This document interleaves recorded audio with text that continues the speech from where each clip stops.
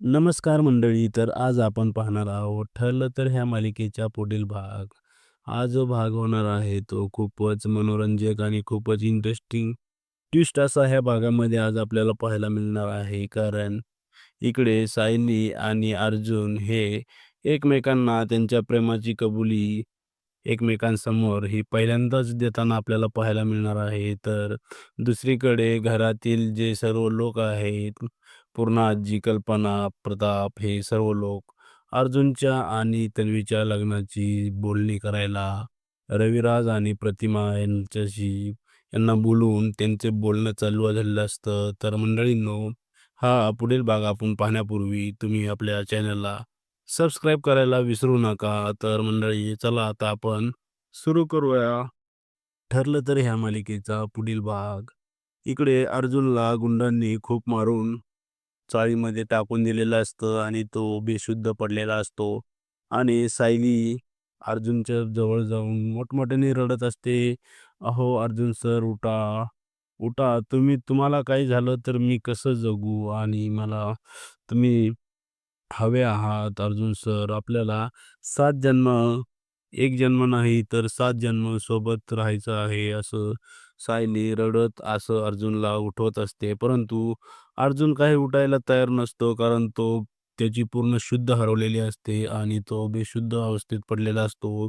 तर तिकडे मधुभाऊ आणि कुसुमताई आणि चाळीतील लोकही सायलीला बघत असतात. सगळ्यांनाच सायलीवरती दया आलेली असते. परंतु मधुभाऊंना सायलीची थोडीही दया येत नसते आणि ते सायलीला धरून घरात आणण्याचा प्रयत्न करायला जात असतात. तेव्हा कुसुमताईंनी त्यांना अडवलेलं असतं आणि कुसुमताई मधुभाऊंना म्हणते, की "नाही मधुभाऊ, तुम्ही आज ह्या दोघांच्या मध्ये जायचं नाही. तुम्हाला माझी शपथ आहे." त्यामुळे मधुभाऊ हे कुसुमताईकडं खूप रागाने पाहतात आणि तेही तिथेच थांबतात. आता सायली ही मोठमोठ्याने रडून अर्जुनला उठवण्याचा प्रयत्न करत असते. तर आता पुढे इकडे घरामध्ये तन्वी आणि अर्जुनच्या लग्नाची जी बोलणी चालू असते, त्यामध्ये आता रविराजला ह्या घरातल्या सर्व लोकांचा खूपच राग आलेला असतो आणि तो उठून त्यांच्याशी बोलत असतो आणि त्यांना म्हणत असतो, की तुम्हाला माहीत आहे ना, जेव्हा तन्वी आणि अर्जुनचा साखरपुडा झाला होता, तेव्हा अर्जुनने तन्वीचा किती मोठा अपमान केला होता आणि आता परत तीच गोष्ट करायला मी तयार होणार नाही. तेव्हा आता प्रताप म्हणतो, की "रविराज, मला ह्या गोष्टीची कल्पना आहे, परंतु मला असं वाटत होतं, की अर्जुनला आपण बोलून पाहूया आणि आता पुढील जो निर्णय आपल्याला घ्यायचा आहे, तो आपण त्यांच्या दोघांच्या मर्जीनेच घ्यायचा आहे." तेव्हा आणि रविराज त्यांना म्हणतो, की "अहो, कुठला निर्णय घेणार तुम्ही? अर्जुनचं तर ऑलरेडी लग्न झालेलंच आहे." तेव्हा तिकडे अस्मिता हे असते आणि अस्मिता म्हणते, की "रविराज काका, तुम्ही असं म्हणू नका त्यांचं लग्न झालं. ते तर फक्त कॉन्ट्रॅक्ट मॅरेज होतं." तेव्हा प्रतिमा त्यांना म्हणते, की "नाही, कॉन्ट्रॅक्ट मॅरेज तर नव्हतं ते, परंतु मला सायलीने सांगितलं आहे, की त्यांचं पूर्ण विधिवत असं लग्न झालेलं आहे." आणि आता परत इकडे सायली आणि अर्जुन ह्या दोघांना दाखवण्यात आलेलं आहे. सायली खूप मोठमोठ्याने रडून अर्जुनला उठवण्याचा प्रयत्न करत असते. त्याला म्हणत असते, की "अहो अर्जुन सर, तुम्ही उठा लवकर आणि तुम्हाला जर काही झालं तर मी जिवंत राहणार नाही, मीही मरून जाईल." आणि आता सायलीने तिच्या प्रेमाची कबुली अर्जुनला दिलेली असते आणि सायली म्हणत असते, की "अर्जुन सर, माझ्या प्रेमामुळे तरी तुम्ही उठाल आणि माझं तुमच्यावर खूप प्रेम आहे अर्जुन सर, उठा." आणि तेवढ्यात आता अर्जुनला थोडी-थोडी शुद्ध यायला लागलेली असते आणि तो डोळे उघडून पाहतो, तर त्याला समोर सायली दिसत असते आणि ती खूप रडत असते. तेव्हा अर्जुन सायलीकडे बघून हसत उठलेला असतो आणि आता सायली अर्जुनला म्हणत असते, की "तुम्ही का केलंत असं? तुम्ही त्या गुंडांकडून का मार खाल्लात?" कारण सासऱ्यांना म्हणजेच मधुभाऊंना वाटायला नको, की आपला जावई हा गुंड आहे. असं बोलल्याच्या नंतर अर्जुन हा हसत असतो आणि सायली रडत असते. तर अर्जुन तिला म्हणतो, की "तसं नाही मिसेस सायली. परंतु जे लोक मोठे लोक आपल्यावरती जे रागावतात, त्यांचा राग आपण धरायचा नसतो.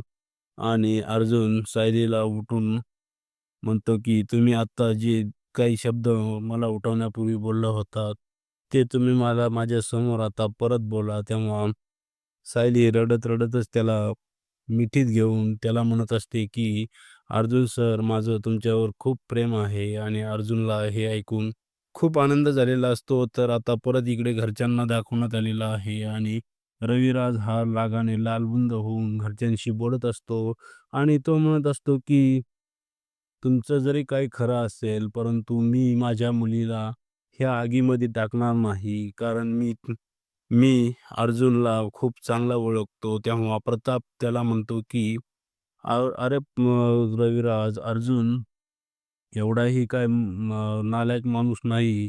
कारण आपल्याला मान्य आहे, की त्याने एक चूक सायलीच्या नादाला लागून एक चूक केलेली आहे, की ते कॉन्ट्रॅक्ट मॅरेज करण्याची. परंतु त्याने जी चूक केली आहे त्याला त्याचा पश्चाताप होईल आणि आता तो पुढील संसार करण्याला असं तन्वीसोबत तयार होईल. तेव्हा प्रतिमा त्याला म्हणते, की "नाही, मला तर हे असं काही वाटत नाही. कारण मी त्या दोघांना म्हणजे सायली आणि अर्जुनला जेव्हा पाहते, तेव्हा मला त्यांच्या एकमेकांबद्दल त्यांच्या खूप प्रेम आहे असं वाटत आहे." तेव्हा तिकडे अश्विनी असते आणि ती म्हणते, की प्रतिमा "अगं असं प्रेम वगैरे काही नसतं. हे सगळं नुसते नाटकी लोकं आहेत आणि ती सायली जी आहे ना, ती खूपच नाटकी मुलगी आहे.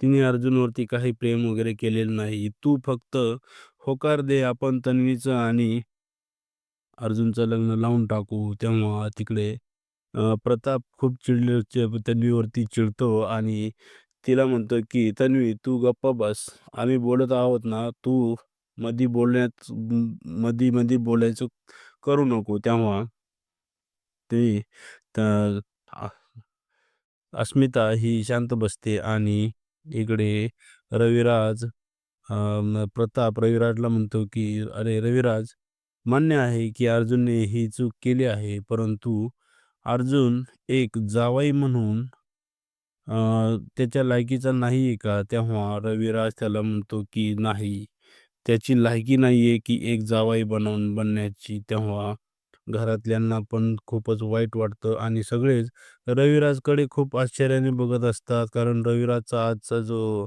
अ, राग असतो, तो खूपच उफाळलेला असतो आणि रविराज खूपच चिडून ह्या सर्वांशी बोलत असतो. तेव्हा इकडे आता कल्पना जी असते ती रविराजला म्हणते, की "रविराज भाऊजी, तुम्ही असं बोलू नका. अर्जुन एवढाही काही नालायक माणूस नाही की." तेव्हा रविराज त्यांना म्हणतो, की "हो, मला ते मान्य आहे. परंतु तुमच्या घरातल्या सगळ्या गोष्टींसाठी मी माझ्या मुलीचा बळी का देऊ?" तेव्हा तिकडे पूर्ण आजी म्हणते, की "रविराज, तुम्ही हे काय बोलत आहात? तुम्हाला पटतंय का थोडं तरी? आम्ही तुमच्या मुलीचा बळी का घेऊ? आणि तुम्हाला असं वाटतंय का, की सुभेदारांच्या घरामध्ये तुमची मुलगी आली, तर तिचा बळी जाईल? आम्ही काय एवढे निष्ठुर माणसं आहोत का?"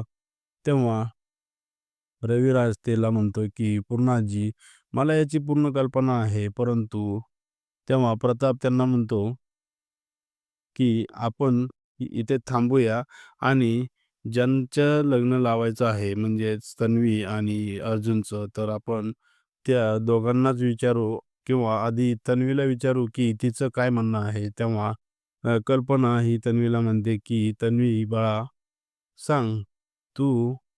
नाही सॉरी पूर्णाजी तन्वीला विचारते, की "तन्वी, तू तर पूर्ण गप्पच आहेस. तू काहीच का बोलत नाही?" तेव्हा तन्वी पूर्णाजीला म्हणते, की "पूर्णाजी, मीच माझ्या लग्नाचं कशाला म्हणजे माझ्या लग्नाचा विषय चालू असताना मी कशाला तुमच्यामध्ये बोलू?" तेव्हा पूर्ण कल्पना तन्वीला म्हणते, की "तन्वी बाळा, तूच सांग, की तुला हे लग्न मान्य आहे का?" तेव्हा तन्वी ही तन्वी म्हणते, की "मला हे तर काही कळत नाहीये लग्नाविषयी, परंतु मला एवढं कळतं, की माझं अर्जुनवर खूप प्रेम आहे आणि अर्जुनच्या शिवाय मी जगू शकत नाही." तेव्हा ती असं बोलते तेव्हा रविराजला खूप मोठा धक्का बसलेला असतो आणि रविराज तन्वीकडे रागाने पाहून तिला म्हणतो की तन्वी, तू तुझ्या भविष्याचा तरी विचार कर. तू काय बोलत आहेस? तुला कळत आहे का की तू काय बोलत आहे? तेव्हा तन्वी म्हणते की हो पप्पा, मला सगळं कळत आहे कारण माझं अर्जुनवर खूप प्रेम आहे या कारण आता ती परंतु इकडे आता जी प्रतिमा वाचते, ती प्रतिमा म्हणते की हे काही शक्य होणार नाही. कारण अर्जुन आणि सायलीचं ऑलरेडी विधिवत अख्खं लग्न झालेलं आहे आणि दुसरं लग्न करायला आमची मान्यता नसणार आहे. तेव्हा रविराजही उठून उभा राहतो आणि तोही त्यांना सांगतो की मीही तुम्हाला स्पष्ट शब्दात सांगतो की आम्हाला हे अर्जुनचं आणि तन्वीचं लग्न मान्य होणार नाही. तर आता पुढील भागामध्ये आपल्याला पाहायचं आहे की अर्जुनला तर माफ करा मित्रांनो, आता पुढील भागामध्ये म्हणजे इकडे दाखवण्यात आलेलं आहे की सायली ही तिथं चैतन्य हे आलेला असतो आणि चैतन्य, सायली आणि हे अर्जुनला घेऊन मधुभाऊंच्या घरामध्ये चाललेले असतात घेऊन. कारण आता अर्जुनला ही फर्स्ट एड्स म्हणजे मेडिकलची आवश्यकता असते. तेव्हा मधुभाऊ आता घरात जाऊन बसलेले असतात आणि जेव्हा अर्जुनला सायली आणि चैतन्य हे मधुभाऊंच्या घरात घेऊन जायला निघालेले असतात, तेव्हा मधुभाऊ दारात येऊन म्हणतात, की "याला इथं घेऊन यायची काही गरज नाही." तेव्हा सायली मधुभाऊंना म्हणते, की "नाही मधुभाऊ, आज मी तुमचं काही ऐकणार नाही. कारण यांना औषध लावल्याशिवाय मी घरी जाऊ देणार नाही." तेव्हा मधुभाऊ खूप चिडतात आणि म्हणतात, की "तू ठरवलंच आहेस माझी बदनामी करायची, तर माझा इथं थांबून काही उपयोग नाही." आणि मधुभाऊ त्यांची चप्पल घालून स्वतः घराच्या बाहेर पडतात. तेव्हा अर्जुन मधुभाऊंना म्हणतो, की "मधुभाऊ थांबा तुम्ही, कुठे चालला आहात?" तेव्हा कुसुमताई अर्जुनला म्हणते, की "अरे अर्जुन, ते कुठेही जाणार नाहीत, कारण त्यांना जेव्हा राग येतो, तेव्हा ते एकतर मंदिरात जातात किंवा इकडे पारावरती बसलेले असतात." आणि आता इकडे परत दाखवलेलं आहे, की घरामध्ये जी लग्नाची बोलणी चाललेली असते, तिथं आता रविराज आणि प्रतिमाने खूपच जबरदस्त म्हणजे जोरदार असा विरोध त्या लग्नाला केलेला असतो. परंतु पुन्हा जी कल्पना आणि प्रताप ह्यांच्यापुढे आता म्हणजे ते तयार होतील की नाही, आता हेच आपल्याला पुढील भागामध्ये पाहायचं आहे. आणि पुढील भागामध्ये आता अर्जुन आणि सायली हे दोघांना चैतन्य आणि कुसुमताई थोडा वेळ देतात. तेव्हा अर्जुन हाही सायलीला त्याचं प्रेम तिच्यासमोर व्यक्त करतो.